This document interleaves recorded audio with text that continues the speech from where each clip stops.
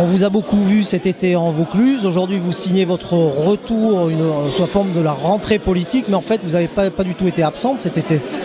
Oui, en fait, c'est plutôt la forme d'une mobilisation générale de nos adhérents et de nos militants, puisqu'il y en a des échéances éminemment importantes, qu'elles soient présidentielles ou d'ordre législatif. On a également des partiels à Orange qui se profilent à la fin du mois. Et moi, je crois, on va dire, dans le fait que le Vaucluse soit un peu le berceau de la reconquête nationale. Elle l'a démontré à plusieurs reprises dans les élections passées, donc on va dire qu'on ne perd pas de temps. Quel est votre pronostic justement par rapport à Orange et de ce que certains décrivent comme le choc des extrêmes ? Oui, on aime bien les titres un peu sensationnels. Je ne sais pas si ça va jusque-là.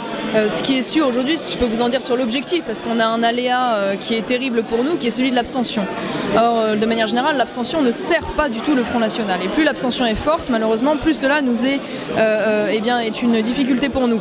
Donc je souhaite évidemment, l'objectif c'est déjà de mobiliser les gens, et d'obtenir 2 élus supplémentaires pour avoir un groupe politique le plus cohérent possible et être une force de frappe beaucoup plus efficace au niveau du département. Il n'y a pas aujourd'hui de majorité claire, et donc évidemment Hervé de Lépinot, avec les moyens qui sont les siens, arrive tout de même à faire pression. Si nous avions 2 élus supplémentaires, je pense que ce serait plus utile que d'avoir un autre groupe encore distinct, qui est celui aujourd'hui de la famille Bompard et de leurs alliés, qui manifestement à notre égard sont dans une démarche assez agressive sur le plan politique et sur le plan personnel, malheureusement.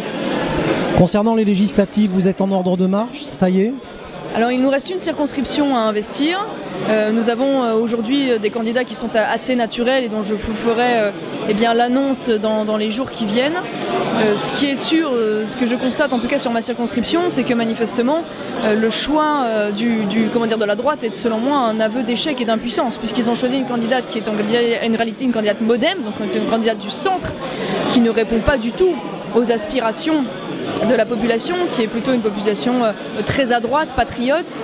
Et dans ces circonstances, j'en conclus qu'ils tablent uniquement sur les désistements de la gauche et sur les voix de gauche pour pouvoir encore nous battre. Ce qui est selon moi un aveu d'échec politique absolument considérable. Un mot sur M. Estrosi, le président de la région qui était aujourd'hui, qui faisait la une de notre journal, sur les mesures de sécurité qui sont déployées en PACA. Christian Estrosi nous a habitués aux grands effets d'annonce depuis le début de son mandat. S'il va au bout de ses annonces, écoutez, il nous trouvera à ses côtés, parce que nous ne sommes pas dans une opposition de principe.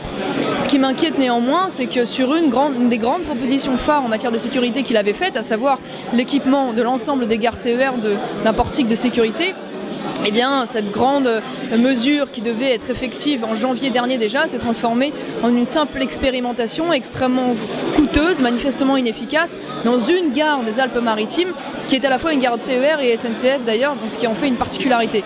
Donc quand je vois ce qui est devenu cette grande promesse de campagne dans la réalité, permettez-moi d'attendre concrètement ce qu'il en sera. Je souhaite en tout cas pour les habitants de la région que ces grands effets d'annonce ne s'en tiennent pas uniquement de la communication.